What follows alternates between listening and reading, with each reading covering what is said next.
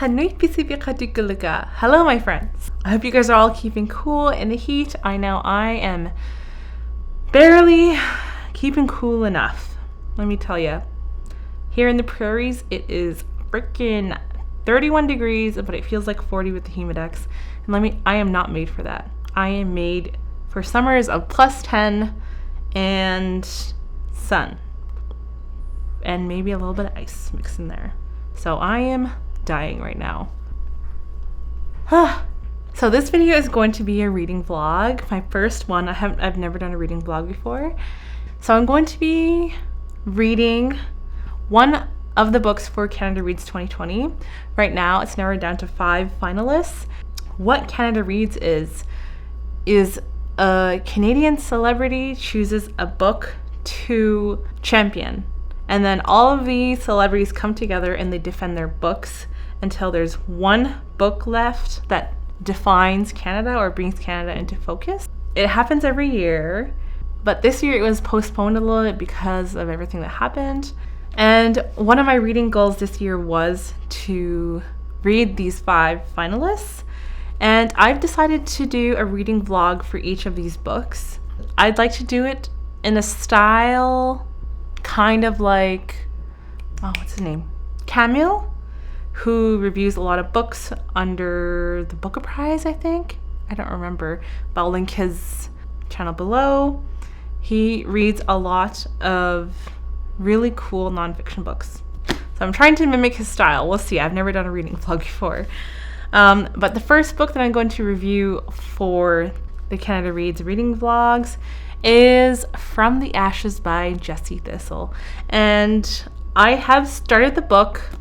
So I'm 110 pages in and it's about 340 pages. So I'm a little bit under a third of the way through. So you're following Jessie. So the first 110 pages, he is between the ages of 2 and 6. And he tells you about his life. So he's Métis. His mother, I think, is Cree from the prairies. And his father is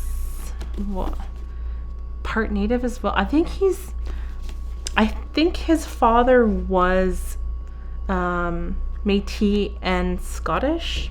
And Jessie has 2 brothers who are 1 year older than him and then 2 years older than him. So they're very close in age and they all grew up together and they're all super close. And his parents split up when he's very young, like 2 years old. And they lived with their mom for a while before their dad came back to pick up the boys. And his father was not a very good father. His father struggled with addiction, so the 3 boys always had to struggle to feed themselves. They were often left home all day alone to fend for themselves. Their home wasn't very clean. Like, he was saying that the only reason his mom let their father take them was because she was doing night school and then during the day she would have a full-time job. So she was exhausted when their father came to pick them up. And so they were with their father for a couple years, but then his father goes to jail and then the kids get taken in by foster care, and then their grandparents eventually find them, so they go live with their grandparents for a while.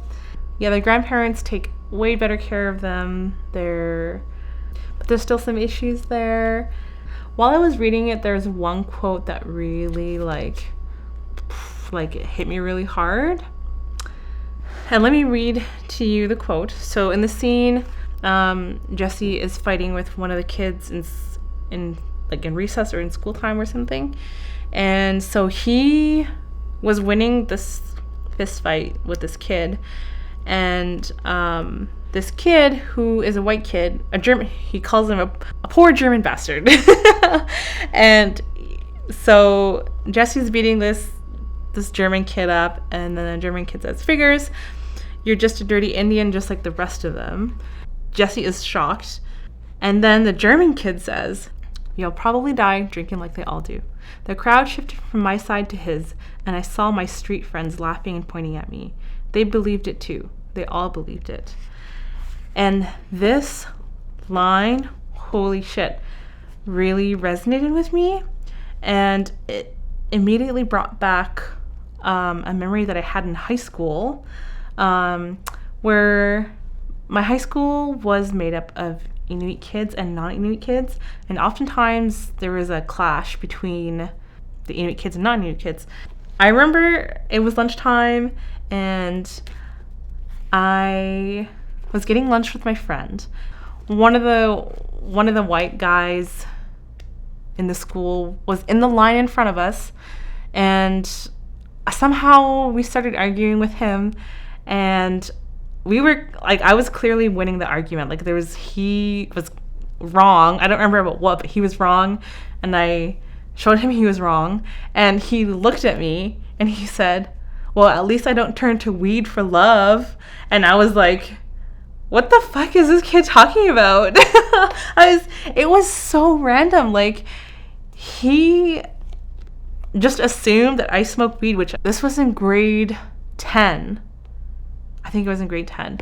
And I hadn't touched weed at that point, and I didn't even like smoke cigarettes. The fact that he assumed that I smoked weed and the fact that he thought that I wasn't being loved by my family really pissed me. Like, I was shocked, actually. I was super shocked that he said that right to my face. And it was even more shocking because I knew this kid. Like, we were in Air Cadets together, so for like 4 years up to that point. So like, I kind of knew this guy, and the fact that he said that to me, like, with intent to hurt my feelings, I was shocked. And when I read this line, I was like, holy fuck, that's, wow. It brings up a lot of feels, I'll tell you that. That kind of reminded me why I love to read memoirs or autobiographies by Indigenous authors, because there's so many parts in here, so many pieces within these books that really put into words the hurt that you have felt. So I'm so glad this is a Canada Reads finalist, and I'm excited to keep reading the rest of this book. I'm hoping to get through another maybe 50 pages today. We'll see. I'm so hot, and like, it's so hot in here. I don't know if I can concentrate on reading a book right now, to be honest. But I'll see you soon. Hey guys, so I'm just checking in on my progress with From the Ashes, and I haven't done that much reading in the past few days. I don't know why. I've just been like doing other stuff, I guess. I did read another 50 pages. The other part in the book now where it's like pretty intense. It's hard to read. But I did make another tab in here. I just wanted to like share it with you guys quickly.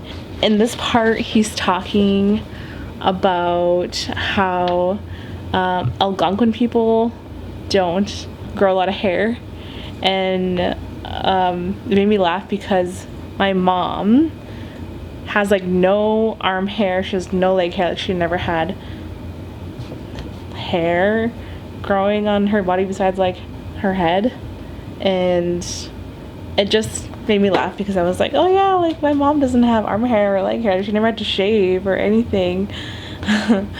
But I just thought it was funny, so I marked it. And there is one part in the book where there's some parts that start off with a poem. There's one poem where he's talking about hitchhiking from BC all the way to Toronto, and the poem is about how he was hitchhiking and he got picked up by some young people, and they drove him to his place, or their place, and they tried to kill him. And the poem is like so intense, and I was freaked out, and I don't know if he ever like went back to it and like tried to figure out who they were and all that stuff, but man, that was intense. So, and it's also kind of intense because I've hitchhiked to Europe before.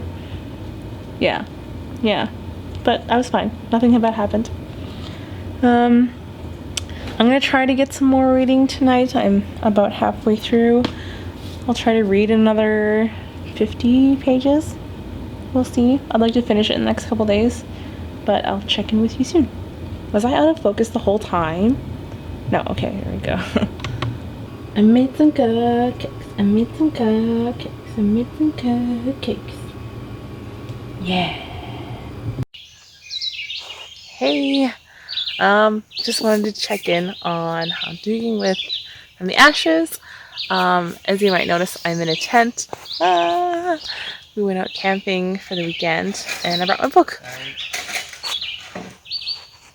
He's making dinner over there. Making the food.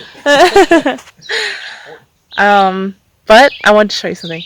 So I've wanted I've wanted one of these book sleeves for a while, and I finally got one in with my last bookish box. And it's a Harry Potter theme. I don't know if you can see it. It's pretty cute. But now that I have it, I'm never going to not use it again.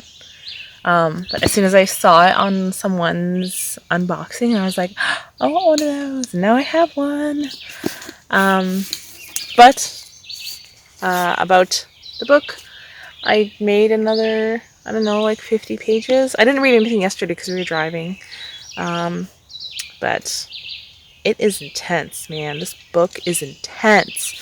There's a couple scenes where it's just like, what is happening right now?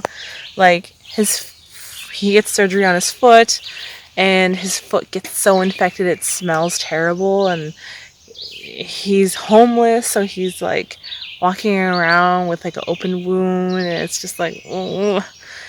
A lot of this book, maybe half of it, he's like homeless, so it's crazy. I don't know. Jessie Thistle, wow is all I could say right now. But I'm gonna try to I think I could finish it maybe like tomorrow, hopefully. But I might not get much reading done, considering, like, look at that. It's so beautiful. It's so pretty out there. But we'll see if I can get it done soon. Hey guys, so I just finished From the Ashes. I only had about 50 pages left, and I've been sitting on those 50 pages for like, I don't know, 3 or 4 days. But I'm done, and that was an intense book. It's super intense. There's a lot. Yeah, Jessie Thistle had to go through so much, and he is so brave for having written this book because it was just so intense, and it really showed a lot of vulnerability in this book, and I'm sure there must have been so many feelings to try to remember all these things that happened. And wow, is all I had to say. Wow.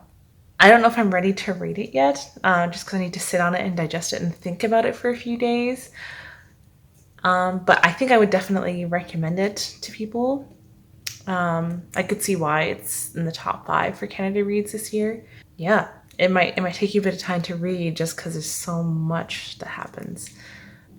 Well, that's my first reading vlog. I'm not sure how to wrap these up, but I hope you enjoyed it.